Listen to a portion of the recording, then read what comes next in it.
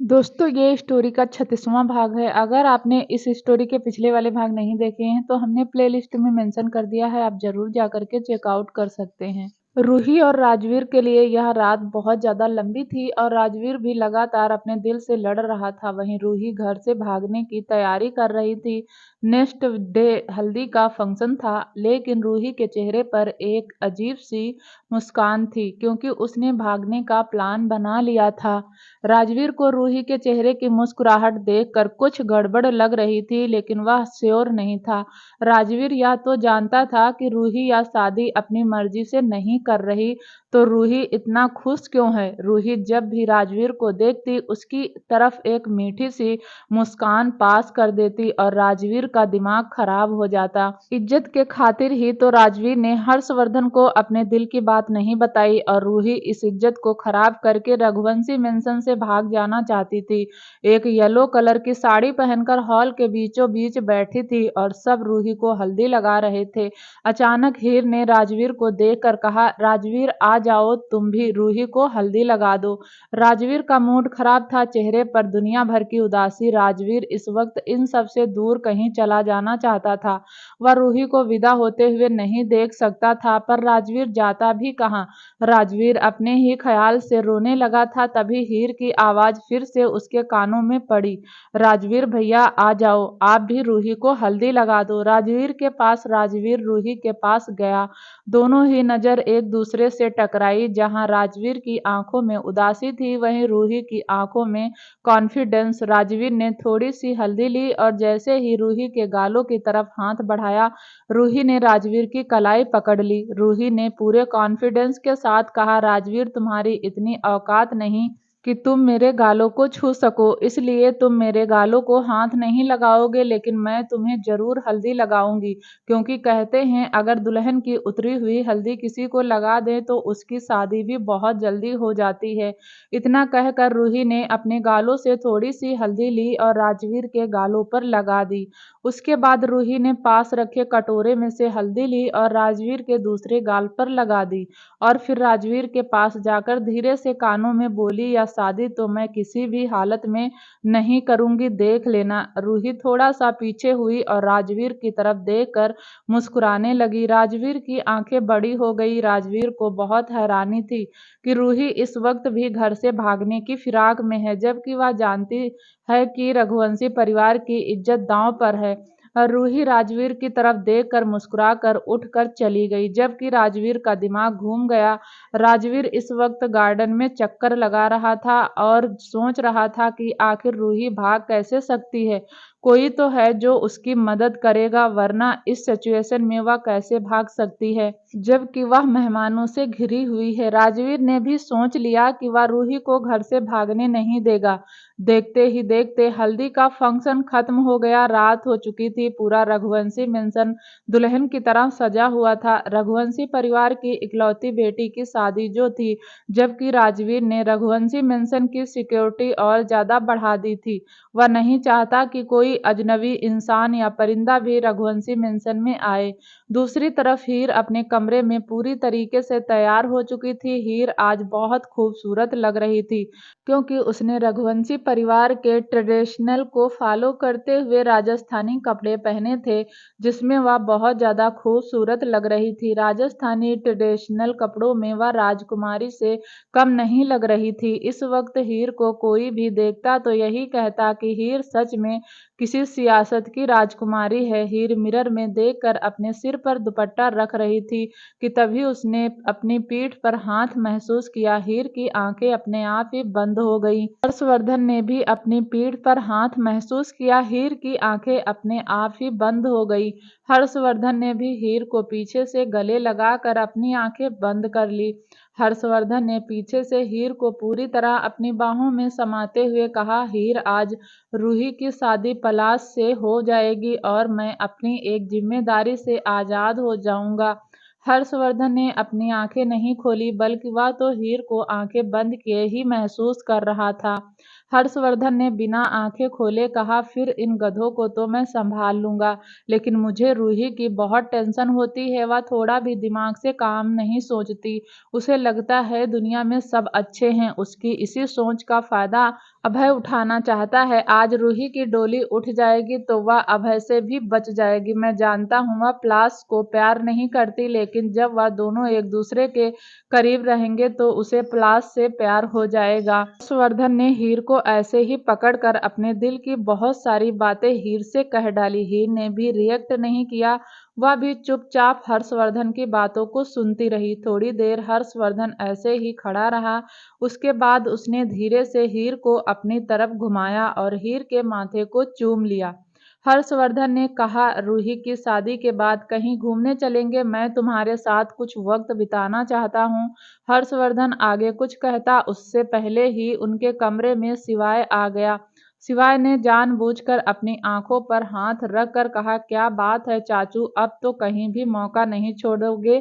जब देखो सिंड्रेला चाची के आसपास ही मंडराते रहते हो। शिवाय की आवाज सुनकर हर्षवर्धन ने अपना चेहरा हीर के कंधे पर रख दिया, जैसे वह खुद से ही कहना चाहता हो, मेरा क्या होगा। हर्षवर्धन ने फिर अपना चेहरा उठाकर शिवाय की तरफ देख कर कहा, बताओ जी जहां पनाह, आप खुद आने की जहमत क्यों उठाई। हर्षवर्धन की बात सुनकर हीर के चेहरे पर एक मुस्कान आ गई। शिवाय हर्षवर्धन के बेड पर लेट गया और उसने अपना एक हाथ अपनी गर्दन पर लगाकर कहा, वह क्या है ना चाचू, नीचे बहुत सारे मेहमान आए हैं जो बार बार आपको ही पूछ रहे हैं, इसीलिए मुझे खुद ही जहमत उठानी पड़ी। लेकिन यहाँ आकर पता चला रोमांटिक मूवी चल रही है, जिसे मैंने खराब कर दिया। शिवाय की बात सुनकर हीर तो शर्मा कर पलट गई, जबकि हर्षवर्धन की आंखों में गुस्सा आ गया। हर्षवर्धन ने अपने सिर पर हाथ मार कर कहा, खुद तो चले गए, इन सिलबट्टों को मेरे पास छोड़ गए। हर्षवर्धन तो उस कमरे से चला गया। फिर हीर भी जाने लगी तो शिवाय ने पीछे से रोकते हुए कहा, सिंड्रेला चाची आई लव यू। जब से आप आई हैं तब से चाचू के चेहरे की मुस्कुराहट बड़ी हो गई है, वरना चाचू तो माथे पर सिलवट लिए ही घूमते रहते थे। हीर ने पलटकर नहीं देखा और शर्माकर चली गई। दूसरी तरफ राजवीर का ध्यान बस इसी बात पर था कि रूही रघुवंशी मेंशन से भाग न जाए। बेशक उसके दिल के हजार टुकड़े हो रहे थे, फिर भी वह हर्षवर्धन की इज्जत पर आंच आने नहीं देना चाहता था। शहर के तो क्या, देश के अमीर से अमीर आदमी उस शादी में शामिल होने आए थे। अगर रूही भाग जाती तो हर्षवर्धन की इज्जत तो दो कौड़ी की नहीं रह जाती। राजवीर ने देखा तो सारे इंतजाम सही थे। राजवीर ने फिर रूही के कमरे में जाकर देखा। रूही तो तैयार हो रही थी, उसके आसपास उसकी सहेलियां और कुछ ब्यूटिशियन थी। राजवीर ने रूही को देखा तो उसके चेहरे पर एक सुकून की मुस्कान आ गई। रूही ने भी राजवीर को नजर में देख लिया। राजवीर जाने लगा तो रूही ने उसे रोकते हुए कहा, राजवीर रुको, मुझे तुमसे कुछ बात करनी है। राजवीर रुक गया। रूही ने फिर अपने आसपास खड़ी लड़कियों को देखकर कहा, तुम सब जाओ। वह सारी लड़कियां कमरे से बाहर चली गईं। रूही दुल्हन के जोड़े में खड़ी हुई और राजवीर के सामने आई। राजवीर की तो आंखों ने झपकना ही बंद कर दिया था। वह कंटिन्यू रूही को ही देख रहा था। रूही सच में दुल्हन के जोड़े में बहुत खूबसूरत लग रही थी। रूही हाथ बांधकर राजवीर से बोली, क्या लगता है राजवीर, तुम मुझे रोक लोगे। इस बार रोक नहीं पाओगे, क्योंकि इस बार मैंने फुल प्रूफ प्लान किया है। तुम चाहो भी तो मुझे रोक नहीं सकते। तुम जो सुबह से सिक्योरिटी टाइट कर रहे हो, इस सिक्योरिटी का कोई फायदा नहीं है। मैं तुम्हारी नाक के नीचे से निकल जाऊंगी और तुम कुछ नहीं कर पाओगे। रूही की बात सुनकर राजवीर को गुस्सा आ गया। राजवीर ने कहा, अपनी ना सही, कम से कम अपने चाचू के बारे में तो सोचो, रघुवंशी परिवार की इज्जत के बारे में सोचो। अगर आप घर से भाग गई तो चाचू को ना जाने कितने लोगों के ताने सुनने पड़ेंगे। रघुवंशी परिवार ने तो इज्जत कमाई है, उसे जलने में सेकंड नहीं लगेगा। मैंने भी पता करवाया है, पलाश बहुत अच्छा लड़का है, आप उसके साथ खुश रहेंगी। अभय बिल्कुल भी अच्छा नहीं है। आखिर आपको हम सबकी बातें समझ क्यों नहीं आती। एक बार चाचू के बारे में सोचो, आप चाचू के साथ ऐसा नहीं कर सकती। रूही बोली, मैंने चाचू की इज्जत के बारे में सोचकर ही चाचू से कहा था कि वह मेरी शादी अभय से कर दे, लेकिन चाचू को तो अभय बिल्कुल भी पसंद नहीं। मैं चाचू के कहने पर किसी से भी शादी नहीं कर सकती। प्लास होगा कहीं का अच्छा लड़का, लेकिन मुझे अभय पसंद है। शादी तो मैं अभय से ही करूंगी और ना तुम कुछ कर पाओगे ना चाचू। राजवीर समझ चुका था कि रूही का प्यार चरम सीमा पर पहुंच गया है। इस वक्त वह जिस सिचुएशन में है उसे अभय के अलावा किसी पर यकीन नहीं। जब तक वह अपनी आंखों से अभय की सच्चाई नहीं देख लेगी तब तक वह किसी की बातों पर यकीन नहीं करेगी। आखिर अभय ने रूही को बहुत अच्छे से शीशे में उतार रखा है। अभय के अलावा रूही किसी की बात नहीं सुनती थी। राजवीर को जब कुछ समझ नहीं आया तो वह बोला, ठीक है, मैं जाकर चाचू से बोल देता हूँ कि तुम भागने की फिराक में हो, फिर तुम जानो और चाचू जाने। इस पर रूही जोर जोर से हंसने लगी। रूही को ऐसा हंसता हुआ देख राजवीर को और गुस्सा आ गया। राजवीर बोला, किस मिट्टी की बनी हो तुम? तुम्हें सच में इस घर की इज्जत की कोई परवाह नहीं? इस पर रूही बोली, राजवीर, तुम्हारे हाथ में कुछ नहीं होता तो तुम बहुत जल्दी चाचू को बीच में ले आते हो, जैसे कोई छोटा बच्चा लड़ाई करने के बाद अपनी मम्मी को बीच में लेकर आता है। अगर तुम्हें इस फैमिली की इज्जत की इतनी ही परवाह है तो तुम मुझे रोक कर दिखाओ, चाचू को बीच में मत लाओ। अगर तुमने मुझे रोक लिया तो तुम जिससे कहोगे मैं शादी करूंगी, और अगर नहीं रोक पाए तो तुम खुद मुझे अभय से शादी करने में हेल्प करोगे। बोलो, लगी शर्त? इस पर राजवीर ने कहा, आपको क्यों लगता है कि मैं आपकी ऐसी ऊट पटांग शर्त मान लूंगा?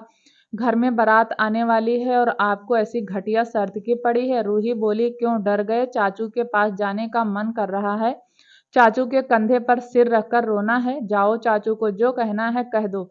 रूही की ऐसी बात सुन सुन के राजवीर का दिमाग खराब हो रहा था। राजवीर ने भी गुस्से में अपना एक हाथ दीवार पर मारा और फिर दांत पीसते हुए कहा, आखिर आप चाहती क्या हैं? क्यों इस घर की इज्जत को मिट्टी में मिलाने पर तुली हुई हैं? अभय सच में अच्छा लड़का नहीं है। आप अपने डिसीजन पर पछताएंगी, लेकिन इस वक्त आपके हाथ में पछतावे के सिवा कुछ नहीं होगा। ना कोई परिवार का सदस्य, ना कोई अपना, ना चाचू ना चाची, कोई नहीं होगा। आप बस रोएंगी। आप इस पर रूही ने मुस्कुराकर कहा, मोहब्बत में या तो आबाद होते हैं या बर्बाद। मेरे नसीब में मोहब्बत ना सही तो बर्बादी ही सही। राजवीर ने अपने दोनों हाथों से रूही की बाजू को पकड़कर कहा, आपको बर्बाद होना मंजूर है, लेकिन चाचू की इज्जत बचाना नहीं। रूही राजवीर की आंखों में देखते हुए बोली, तुमने कभी किसी से मोहब्बत की होती तो तुम्हें समझ आता कि मोहब्बत की हद नहीं होती। मैं अभय को पाने के लिए कुछ भी करूंगी, और अगर अभय मुझे नहीं मिला तो मैं खुद को जान से मार लूंगी, लेकिन मरने से पहले आखिरी सांस तक अभय को पाने की कोशिश करूंगी। राजवीर रूही की आंखों में पागलपन देखकर गुस्से में वहां से चला गया। राजवीर सीधा हर्षवर्धन के पास गया। हर्षवर्धन अपने किसी बिजनेस पार्टनर के साथ बात कर रहा था। राजवीर हर्षवर्धन को सब कुछ बताना चाहता था, लेकिन कुछ सोच कर रुक गया। राजवीर ने भी सोचा, इतने मेहमानों में रूही का भागना पॉसिबल ही नहीं है। चाचू को यह सारी बात बताकर टेंस क्यों करूं? मैं खुद संभाल सकता हूं, मैं संभाल लूंगा। राजवीर ने हर्षवर्धन को कुछ नहीं बताया। वक्त बीत गया। बारात रघुवंशी मेंशन पहुंच गई। इस बीच राजवीर ने एक सेकंड के लिए भी सिक्योरिटी से नजर नहीं हटाई। राजवीर गार्डन में पूरे मेंशन के चक्कर लगा रहा था। थोड़ी थोड़ी देर में सिक्योरिटी के पास जाकर उनसे अपडेट ले रहा था। पलाश बारात लेकर आ गया। फिर हर्षवर्धन दोनों ने मिलकर पलाश का स्वागत किया। आज पलाश के चेहरे पर भी एक मुस्कुराहट थी। पलाश भी बार बार अपने फोन को चेक कर रहा था। धीरे धीरे शादी की रस्म शुरू होने लगी। पलाश मंडप पर बैठा था और पंडित जी मंत्रों का उच्चारण कर रहे थे। राजवीर एक सेकंड के लिए भी शादी की किसी भी रस्म में शामिल नहीं हुआ। वह अब भी कंटिन्यू सिक्योरिटी को देख रहा था। पलाश मंडप में बैठा हुआ भी अपना फोन चेक कर रहा था। तभी पंडित जी ने हर्षवर्धन की तरफ देखकर कहा, दुल्हन को बुलाइए, फेरों की रस्म शुरू कर देते हैं। हर्षवर्धन ने हीर और आर्या की तरफ देखा और दोनों ही रूही को लाने के लिए उसके कमरे में चली गईं। 15 मिनट से ऊपर हो गए, लेकिन हीर रूही को लेकर नीचे नहीं आई। इतने में पंडित जी ने हर्षवर्धन को टोकते हुए फिर कहा, यजमान दुल्हन को बुलाइए, मुहूर्त का समय निकला जा रहा है। या रटी रटाई लाइन बोलते हैं पंडित जी। हर्षवर्धन ने दिव्यांश और शिवाय की तरफ देखा और उन्हें रूही को लाने के लिए कहा। दोनों ही रूही के कमरे में चले गए। 10 मिनट हो गए लेकिन वह दोनों भी नीचे नहीं आए। दूसरी तरफ मंडप में बैठा हुआ प्लास के चेहरे की मुस्कुराहट बढ़ती जा रही थी। फाइनली पंडित जी ने फिर कहा, यजमान दुल्हन को बुला दीजिए। आधा घंटा हो गया। हर्षवर्धन को अब सब पर गुस्सा आने लगा। हर्षवर्धन ने अपना गुस्सा कंट्रोल किया और चेयर पर से उठते हुए पंडित जी की तरफ देखकर कहा, मैं लेकर आता हूँ। हर्षवर्धन भी रूही के कमरे में चला गया। हर्षवर्धन जैसे ही रूही के कमरे में गया, उसकी आंखें खुली की खुली रह गई। हीर के आंसू नहीं रुक रहे थे। आर्या हीर को चुप कराने की कोशिश कर रही थी। शिवाय और दिव्यांश भी चेयर पर सिर झुकाए बैठे थे। हर्षवर्धन को समझते देर नहीं लगी कि हो ना हो रूही ने कुछ गड़बड़ कर दी। हर्षवर्धन ने कहा, कहाँ है रूही? इस पर शिवाय बोला, भाग गई आपकी लाडली। दिव्यांश ने एक लेटर हर्षवर्धन की तरफ बढ़ाते हुए कहा, लीजिए पढ़ लीजिए। हमारी इज्जत को उछालकर चली गई, इसलिए हम सब नीचे नहीं आ रहे थे। नीचे आकर क्या करते? हर्षवर्धन ने दिव्यांश के हाथों से लेटर लिया। हर्षवर्धन ने लेटर पढ़ना शुरू किया। उसमें लिखा था, चाचू मैंने आपको कई बार कहा था कि मैं प्लास से शादी नहीं करना चाहती, लेकिन आप सब मेरे साथ जबरदस्ती कर रहे थे। या मेरी जिंदगी है, मैं अपनी जिंदगी का डिसीजन अपने आप लूंगी। आप सब ने मेरी मदद नहीं की, लेकिन राजवीर, उसने मेरी मदद की। उसकी वजह से ही मुझे जाने को मिला है। राजवीर नहीं होता तो मैं कभी यहाँ से निकल नहीं पाती। राजवीर को मैं दिल से थैंक यू बोलती हूँ। हर्षवर्धन जहाँ खड़ा था वहीं बैठ गया। हर्षवर्धन को समझ नहीं आ रहा था वह क्या करे। तभी उसने अपना फोन निकाला और राजवीर को उस कमरे में बुलाया। राजवीर जैसे उस कमरे में आया, उसने सबके चेहरे पर टेंशन देखी थी और उसे समझते देर नहीं लगी कि रूही भाग गई। लेकिन रूही भागी कैसे? उसने तो सिक्योरिटी बहुत टाइट की हुई थी। हर्षवर्धन ने कुछ कहा नहीं, बस राजवीर की तरफ वह लेटर बढ़ा दिया। राजवीर ने वह लेटर पढ़ा तो उसकी आंखें बड़ी हो गई। राजवीर अपनी सफाई में बोला, चाचू मैंने यह सब नहीं किया। इनफैक्ट मैंने तो सिक्योरिटी टाइट की हुई थी।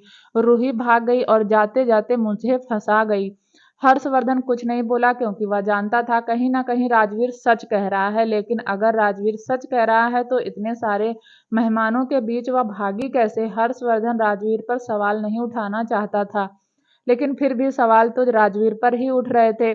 सबके चेहरे पर उदासी थी। उन्हें समझ नहीं आ रहा था कि वह इस वक्त इन सब चीजों से कैसे सुलझे, कैसे अपनी इज्जत बचाएं, कैसे मेहमानों को जाकर कहें कि रूही या शादी नहीं करना चाहती, कैसे कहें नीचे जाकर कि रूही तो घर से भाग गई। हर्षवर्धन के सिर में अचानक से दर्द हो गया। तभी उस कमरे में प्लास और उसके पेरेंट्स आए। प्लास के चेहरे पर अभी एक मुस्कान थी। वह तो वैसे भी रूही से शादी नहीं करना चाहता था और अब यह शादी अपने आप ही टूट रही थी। मिसेज आहूजा ने हर्षवर्धन की तरफ देखकर कहा, मिस्टर रघुवंशी कहाँ है रूही? पंडित जी 10 बार पूछ चुके हैं, इसीलिए हम सबको यहाँ आना पड़ा। आप भी जानते हैं मंडप में से दूल्हे का उठना शुभ नहीं होता, लेकिन मजबूरन मुझे प्लास को यहाँ लेकर आना पड़ा। मिसेज आहूजा की टोन में ताना साफ झलक रहा था। मिस्टर आहूजा ने हाथ दिखाकर मिसेज आहूजा को चुप करवाते हुए कहा, तुम चुप रहो, मैं बात करता हूँ। फिर वह हर्षवर्धन के पास जाकर बोले, मिस्टर रघुवंशी कोई प्रॉब्लम हो तो आप मुझे बताइए, हम साथ में इस प्रॉब्लम से निपट लेंगे। हर्षवर्धन कुछ भी बताने की हालत में नहीं था और हर्षवर्धन की परमिशन के बिना शिवाय और दिव्यांश बोलना नहीं चाहते थे, क्योंकि वह सिचुएशन इतनी नाजुक थी कि उन दोनों का कुछ भी बोलना सिचुएशन को और ज्यादा क्रिटिकल बना सकता था। मिस्टर आहूजा ने फिर पूछा, मिस्टर रघुवंशी बताइए तो क्या हुआ? इस पर मिस्टर रघुवंशी ने अपने हाथ का लेटर मिस्टर आहूजा के हाथ पर रख दिया। मिस्टर आहूजा ने लेटर पढ़ा और पढ़ते पढ़ते मिसेज आहूजा ने वह लेटर मिस्टर आहूजा के हाथ में से छीन लिया और उसे पढ़ने लगी। जैसे जैसे मिस आहूजा लेटर पढ़ रही थी, वैसे वैसे उनका गुस्सा भी बढ़ता जा रहा था। उसने लेटर को पूरा पढ़कर हर्षवर्धन की तरफ देखकर कहा, घर के नौकरों को अगर सिर पर चढ़ाओगे तो यही होगा। फिर वह राजवीर की तरफ देखकर बोली, तुम्हें शर्म नहीं आई? जिस घर में तुम्हें इतनी इज्जत मिली, तुमने उसी घर की इज्जत उछाल दी। तुमने रूही को घर से भगा दिया। अगर भगाना ही था तो 2 दिन पहले भी भगा सकते थे। नीचे इतने मेहमान आए हैं, अकेले तुम लोगों की इज्जत खराब नहीं होगी, हमारी भी होगी। राजवीर तो हैरान हो गया। उसे कहीं ना कहीं इस बात का डर था कि उस पर सवाल तो जरूर उठाएंगे और वह डर यकीन में बदल गया। राजवीर ने अपनी सफाई देते हुए कहा, मैंने रूही को नहीं भगाया, मैं नहीं जानता रूही कब चली गई। मैं तो कब से सिक्योरिटी पर ध्यान रख रहा था। हाँ, और इसी का फायदा उठाकर तुमने रूही को भगा दिया, श्रीमती आहूजा ने फिर से ताना मारते हुए कहा। श्रीमती आहूजा आगे बोली, अगर तुमने नहीं भगाया तो अब यह बताओ रूही कहाँ गई। रूही ने साफ साफ इस लेटर में तुम्हें थैंक यू बोला है, हो ना हो रूही को भगाने में तुम्हारे ही हाथ है। आखिर तुम्हें शर्म नहीं आई? तुमने रघुवंशी फैमिली के साथ छल ही कर दिया। किसी ने सही कहा है, नौकरों को नौकर जितनी ही इज्जत देनी चाहिए, लेकिन मिस्टर रघुवंशी ने तो तुम्हें भाई का दर्जा दिया और तुमने मिस्टर रघुवंशी के बड़प्पन का फायदा उठाया। राजवीर इस वक्त बहुत शौक था। उसे सच में यकीन नहीं था कि रूही ऐसा कुछ करेगी और उसे फंसा जाएगी। आखिर रूही ने डायरेक्ट इनडायरेक्ट राजवीर से अपना बदला ले ही लिया। राजवीर जल्दी से हर्षवर्धन के पैरों के पास बैठता हुआ बोला, चाचू मैंने कुछ नहीं किया, आप माने या ना माने, लेकिन मैं सच कह रहा हूँ, रूही को भगाने में मेरा कोई हाथ नहीं। मुझे नहीं पता उसने मेरा नाम इस लेटर में मेंशन क्यों किया है। हर्षवर्धन कुछ भी बोलने की हालत में नहीं था। सच बात थी, आज हर्षवर्धन की इज्जत पूरी तरीके से मिट्टी में मिल जाती। पार्टी में बहुत से दुश्मन भी आए हुए थे जो इस तमाशा का फायदा उठाते, जो हर्षवर्धन को ताने मारने में पीछे नहीं हटते। उनमें से एक नैना कपूर और रणविजय सिंह राणा थे। हर्षवर्धन को चुप देखकर राजवीर ने फिर कहा, चाचू अगर आपको लगता है मैंने रूही को भगाया है तो मैं ही रूही को वापस लेकर आऊंगा। अगर मैं रूही को वापस लेकर नहीं आया तो जिंदगी भर आपको अपनी शक्ल नहीं दिखाऊंगा। मैं इतना बड़ा इल्जाम लेकर जी नहीं सकता। दूसरी तरफ प्लास उन सबको उस कमरे में छोड़कर एक कमरे में आ गया। वह कमरा राजवीर का था और रूही वही भी थी। प्लास कर्टन हटाकर रूही को देखा। रूही बाहर आ गई। प्लास ने कहा, राजवीर तुम्हें ढूंढने के लिए मेंशन को छान मारेगा, तुम इस कमरे से बाहर मत निकलना। राजवीर हर जगह देखेगा लेकिन इस कमरे में बिल्कुल नहीं आएगा, और जब वह थक जाएगा तब तुम इस घर से भाग जाना। रूही बोली, मुझे पता होता कि तुम भी यह शादी नहीं चाहते तो मैं भागने का प्लान कब का बना लेती, लेकिन तुमने भी मुझे सगाई वाले दिन ही बताया कि तुम भी यह शादी नहीं करना चाहते। वैसे तुम मुझसे शादी नहीं करना चाहते तो किससे कर रहे हो? यह सुनते ही प्लास के चेहरे पर एक मुस्कान आ गई। इस पर प्लास ने मुस्कुराकर कहा, एक स्पेशल लड़की, बहुत स्पेशल। अब तुम्हारी इस सिचुएशन का फायदा मैं उठा लूंगा। मैं आज उस लड़की से शादी कर लूंगा। रूही बोली, सच बताऊं प्लास, मुझे ऐसा करते हुए अच्छा तो नहीं लग रहा, लेकिन फिर भी मैं अपने प्यार के बिना नहीं रह सकती। इस पर प्लास ने कहा, तुम्हारी जिंदगी है, जिसे चाहो उसे शादी कर सकती हो। फिलहाल तो मैं जा रहा हूँ अपनी स्पेशल लड़की से शादी करने। प्लास रूही को इंस्ट्रक्शन देकर वहां से चला गया। रूही राजवीर के कमरे में ही बैठी रही। प्लास हर्षवर्धन वाले कमरे में वापस आया। सबके चेहरे पर अब भी टेंशन थी।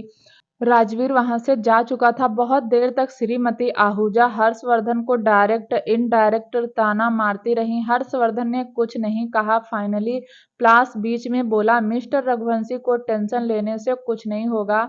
अगर आप सब चाहते हैं कि यह शादी इज्जत के साथ हो जाए तो आप सबको मेरी एक बात माननी पड़ेगी। हर्षवर्धन ने प्लास की तरफ देखा तो प्लास बोला, बुरा मत मानिए मिस्टर रघुवंशी, लेकिन मैं रूही से प्यार नहीं करता, मैं किसी और से प्यार करता हूँ। अब आपकी रूही यहाँ नहीं है तो मैं उस लड़की से शादी करना चाहता हूँ।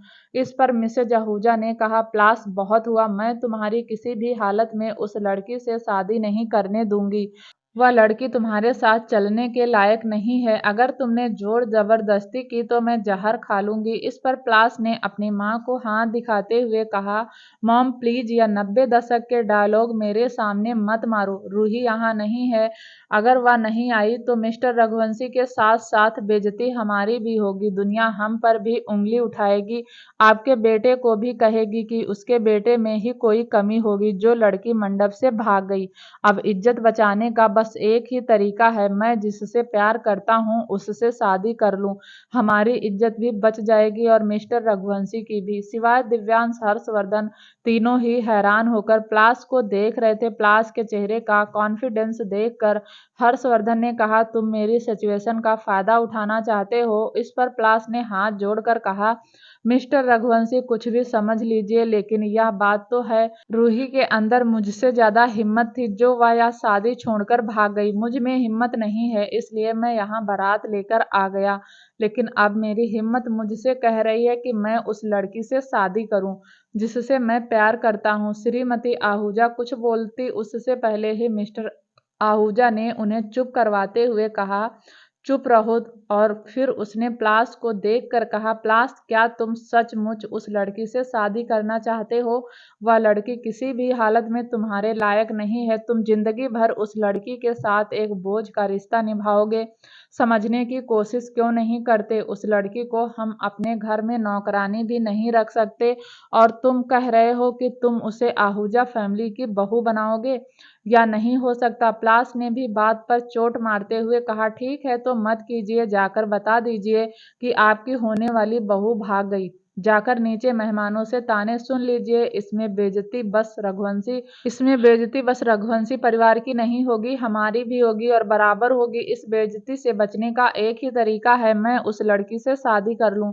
मिस्टर आहूजा ने दांत पीसते हुए कहा, प्लास, तुम सिचुएशन का फायदा उठा रहे हो। उस पर प्लास ने कहा, मैंने तो पहले ही कहा था मैं इस सिचुएशन का फायदा उठा रहा हूँ। उस लड़की से शादी करूंगा या आप नीचे जाकर बेइज्जती होगी।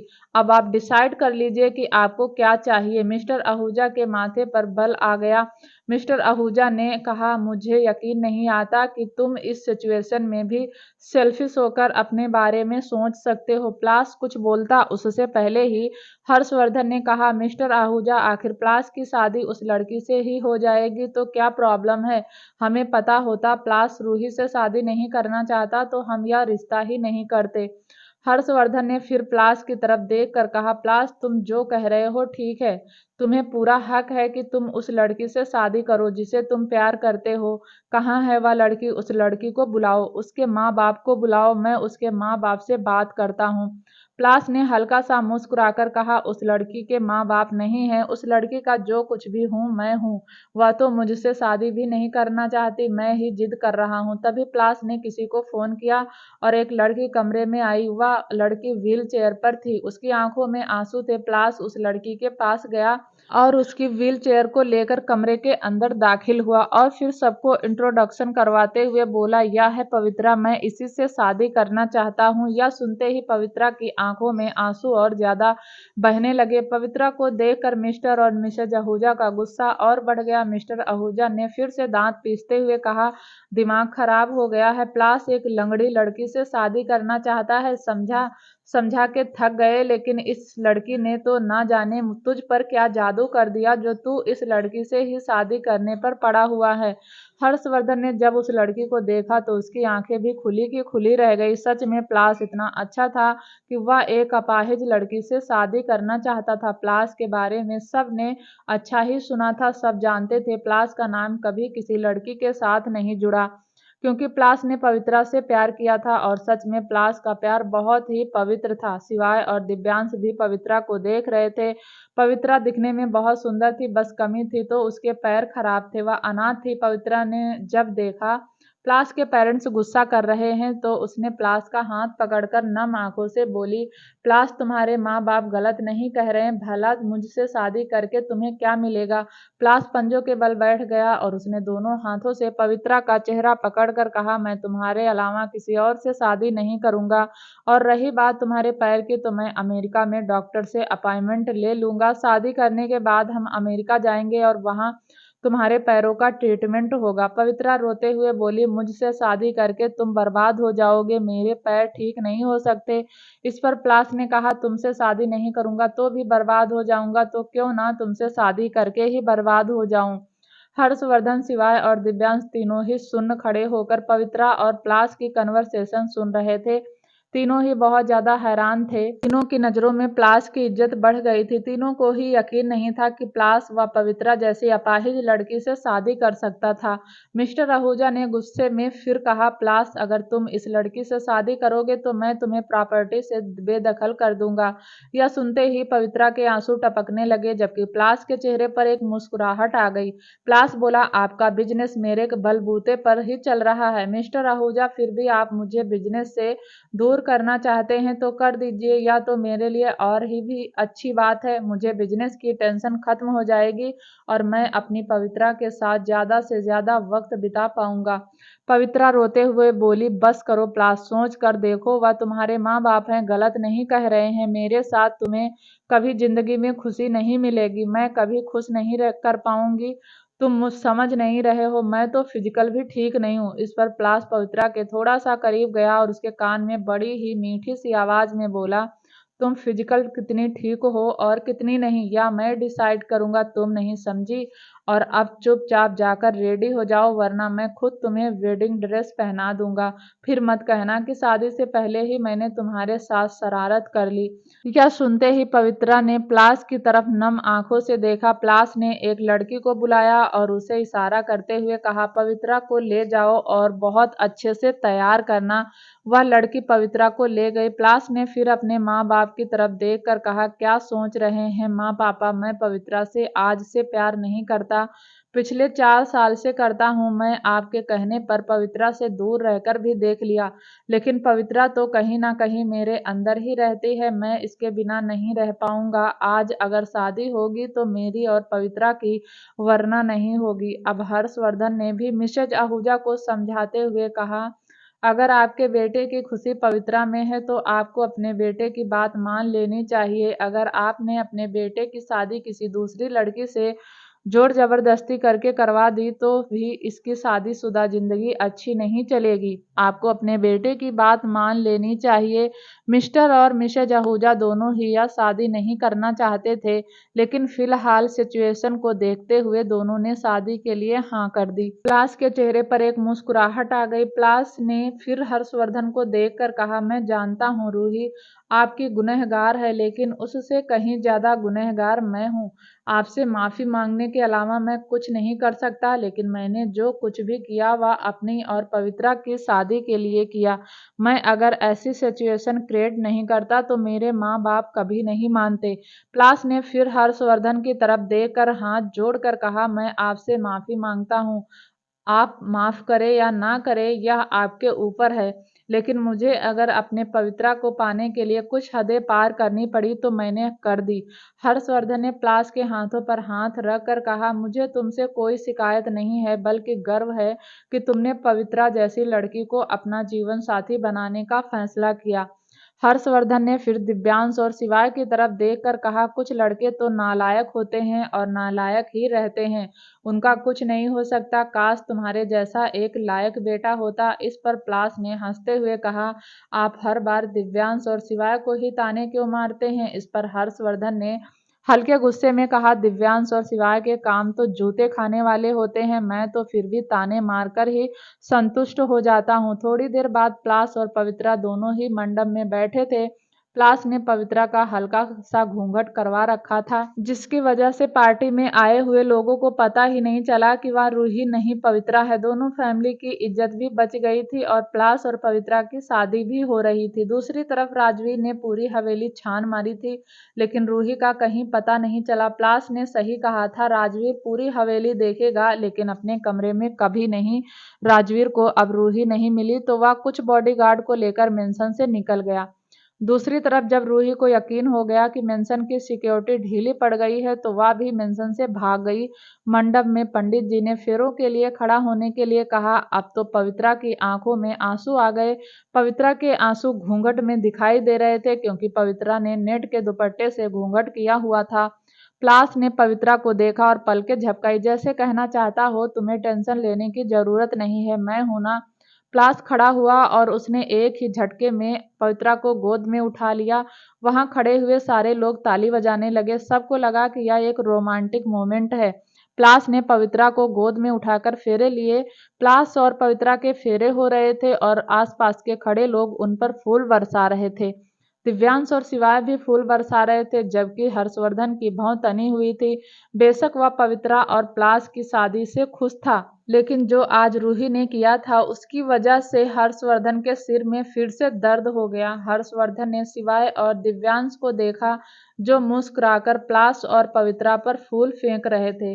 शिवाय की नज़र जैसे ही हर्षवर्धन पर पड़ी उसने दिव्यांश के कान में कहा, गलती किसी की भी हो चाचू, घूर कर मुझे और तुझे ही देखते हैं। शिवाय की बात सुनकर दिव्यांश ने भी हर्षवर्धन को देखा जो गुस्से में उन्हें देख रहे थे। दोनों ही हर्षवर्धन के पास आकर बोले, चाचू आप हमें गुस्से से क्यों देख रहे हो? अब हमने किया क्या है? इस पर हर्षवर्धन बोला, तुम्हारी बहन घर से भाग गई और उसे ढूंढने की बजाय यह पार्टी में प्लास पवित्रा पर फूल फेंक रहे हो। फूल फेंकने के लिए यहाँ और भी बहुत लोग हैं। तुम दोनों जाकर राजवीर के साथ मिलकर रूही को ढूंढो। रूही पागलपन करेगी तो क्या हम भी पागलपन करेंगे? हम उसकी शादी अभय से नहीं कर सकते क्योंकि उसकी शादी अभय से हो गई तो एक ही रात में उसकी जिंदगी बर्बाद हो जाएगी। जाकर ढूंढो अपनी बहन को। शिवाय और दिव्यांश की बात सुनकर शिवाय और दिव्यांश हर्षवर्धन की बात सुनकर जाने लगे और तभी शिवाय के दिमाग में कुछ आया। उसने विराज का कॉलर पकड़ा और उसे भी अपने साथ खींच लिया। विराज बोला, भैया मुझे कहाँ लेकर जा रहे हो? इस पर शिवाय ने कहा, अबे कुछ पता भी है तुझे? रूही घर से भाग गई। चाचू ने कहा है रूही को ढूंढ कर लाओ। चलो रूही को ढूंढ कर लाते हैं।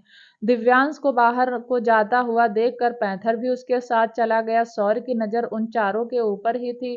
सौर्य को बड़ा अजीब लगा। एक तरफ रूही की शादी हो रही थी और उसके भाई शादी में शामिल होने की बजाय मेंशन से बाहर जा रहे थे। शौर्य ने वरदान से कहा, अंकल मुझे कुछ गड़बड़ लग रही है, मैं जरा देख कर आता हूँ। उन सबके पीछे पीछे गार्डन में चला गया। शौर्य ने शिवाय को देख कर पूछा, क्या हुआ? तुम सब कहाँ जा रहे हो? थोड़ी देर में रूही की विदाई हो जाएगी, तुम लोग विदाई में शामिल नहीं होगे?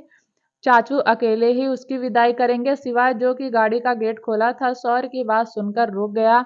शिवाय बोला, यार सौर्य किसी को बताना मत, लेकिन रूही घर से भाग गई, मतलब मंडप में जो लड़की बैठी है वह प्लास की गर्लफ्रेंड है। शिवाय की बात सुनकर सौर्य के चेहरे पर टेंशन आ गई।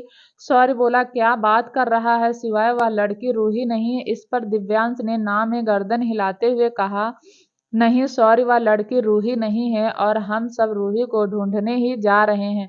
हो ना हो रूही अभय के साथ ही होगी। इस पर सॉरी ने कहा, मैं भी तुम लोगों के साथ चलूंगा।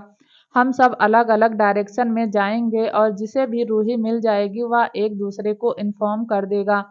शिवाय ने सौर्य को साथ चलने की परमिशन दे दी और फिर सारे मिलकर रूही को ढूंढने लगे। दूसरी तरफ राजवीर भी जीप में था। राजवीर ने भी हर जगह देख लिया था जहां रूही के मिलने के पॉसिबिलिटी थी, लेकिन राजवीर को रूही नहीं मिली। जैसे जैसे रात बढ़ रही थी वैसे वैसे राजवीर का दिमाग भी खराब होता जा रहा था। उसे डर था कि कहीं रूही अभय के साथ किसी 5 स्टार में टाइम स्पेंड कर रही हो।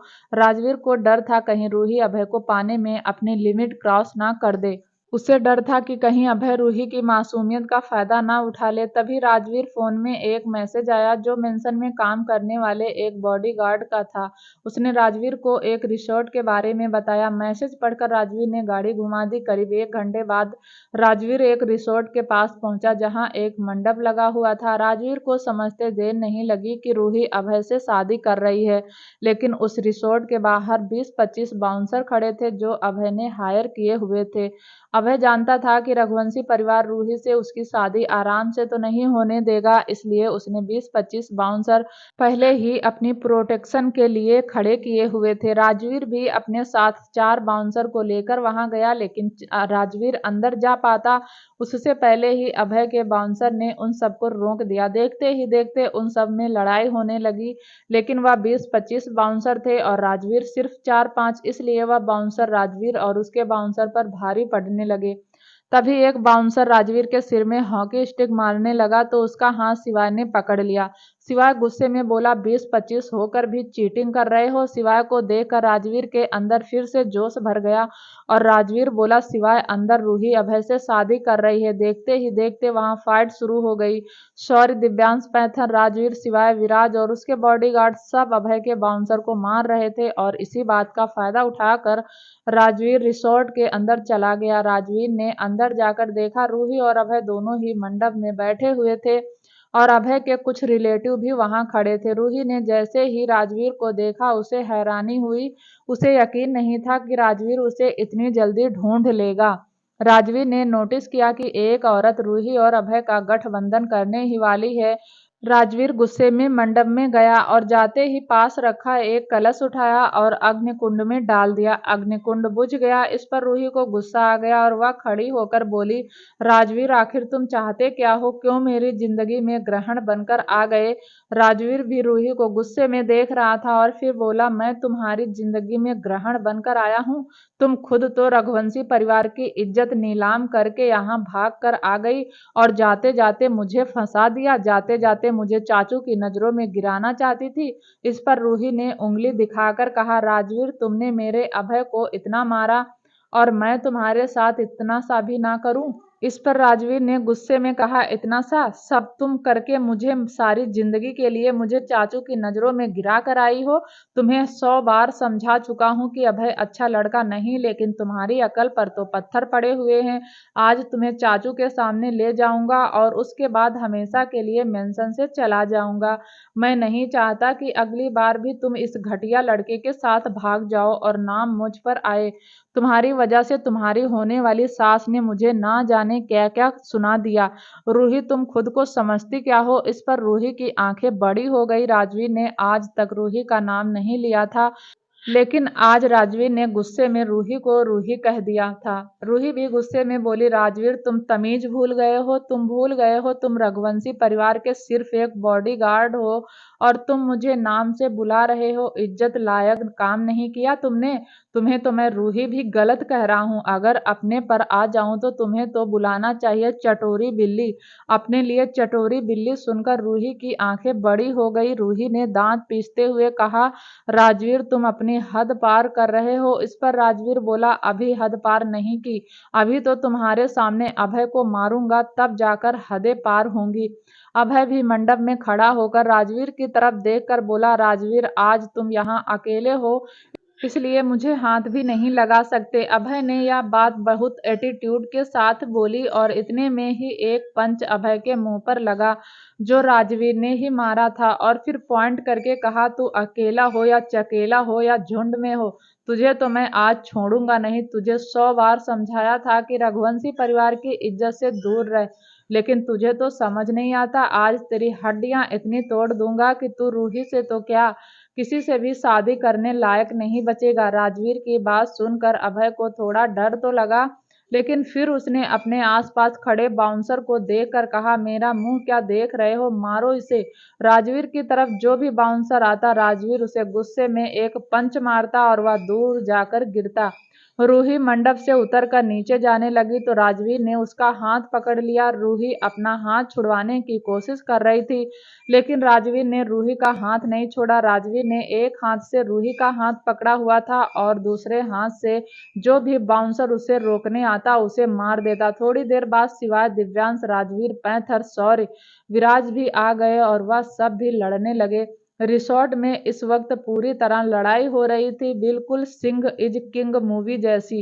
राजवीर एक हाथ रूही के हाथ को पकड़कर अग्निकुंड के चारों ओर घूम रहा था और दूसरे हाथ से जो भी आता उसे मार देता। 3 चक्कर लगाने के बाद पंडित जी ने कहा, यह शादी मान नहीं होगी क्योंकि अग्निकुंड तो बुझा हुआ है। इस पर राजवीर ने भी एक आदमी को मारते हुए कहा, पंडित जी मैं शादी कर भी नहीं रहा, भला इस चटोरी बिल्ली से कौन शादी करेगा जिसे अपने और अपनी फैमिली की इज्जत की बिल्कुल परवाह नहीं। राजवीर ने फिर से एक बाउंसर को पंच मारा और अगले ही पल वहां रखा हुआ एक कलश उठा लिया जो मिट्टी का बना हुआ था। रूही भी अपना हाथ राजवीर से छुड़ाती हुई बोली, अगर मैं बिल्ली हूं तो तुम भी बिलौटा से कम नहीं हो। राजवीर ने एक बाउंसर के सिर पर वह कलश दे मारा। कलश मिट्टी का था इसीलिए टूट गया। राजवीर ने रूही को देखकर गुस्से में कहा, अभय से शादी कर रही हो, साला इतना कंजूस है, कलश भी मिट्टी के रखे हुए है। राजवीर ने फिर जमीन पर पड़े हुए बाउंसर की तरफ इशारा करते हुए कहा, देखो इस मिट्टी के कलश और यह बाउंसर दोनों ही टूट गए। तब तक बाहर से रूही के भाई भी आ गए थे और वह भी अभय के रिसोर्ट में फाइटिंग करने लगे। सब गुस्से में मार रहे थे क्योंकि सबको रूही की हरकत पर गुस्सा आ रहा था। रूही तो फिर भी उनकी बहन थी, इसलिए उसे माफ कर देते, लेकिन अभय की तो उन्होंने बारात निकालने की तैयारी कर ली थी। खूब मारपीट होने के बाद फाइनली सब कुछ शांत हो गया। अभय वहां से भाग गया था क्योंकि वह जानता था अगर पांचों के हाथ लग गया तो वह लोग उसे बिना मारे तो नहीं छोड़ेंगे। इसीलिए मौके का फायदा उठाकर अभय वहां से भाग गया। दिव्यांश और शिवार रूही को घूर रहे थे। राजवीर ने अब भी रूही का हाथ पकड़ा हुआ था। राजवीर को रूही पर कितना भी गुस्सा आ रहा हो, लेकिन वह जानता था अगर उसने रूही को सपोर्ट नहीं किया तो आज रघुवंशी फैमिली का गुस्सा उस पर ही निकलेगा। दिव्यांश ने पॉइंट करके रूही से कहा, चलो जरा चाचू के सामने, चाचू ही तुम्हारा प्यार का भूत तुम्हारे सिर से उतारेंगे। रूही की आंखें नम हो गई क्योंकि वह जानती थी कि चाचू उसे नहीं छोड़ेंगे। चाचू ने उससे पहले ही वार्न किया था, लेकिन वह नहीं मानी। अब तो चाचू अपना सारा गुस्सा रूही पर ही निकालेंगे और शायद गुस्से में उस पर हाथ भी उठा दे।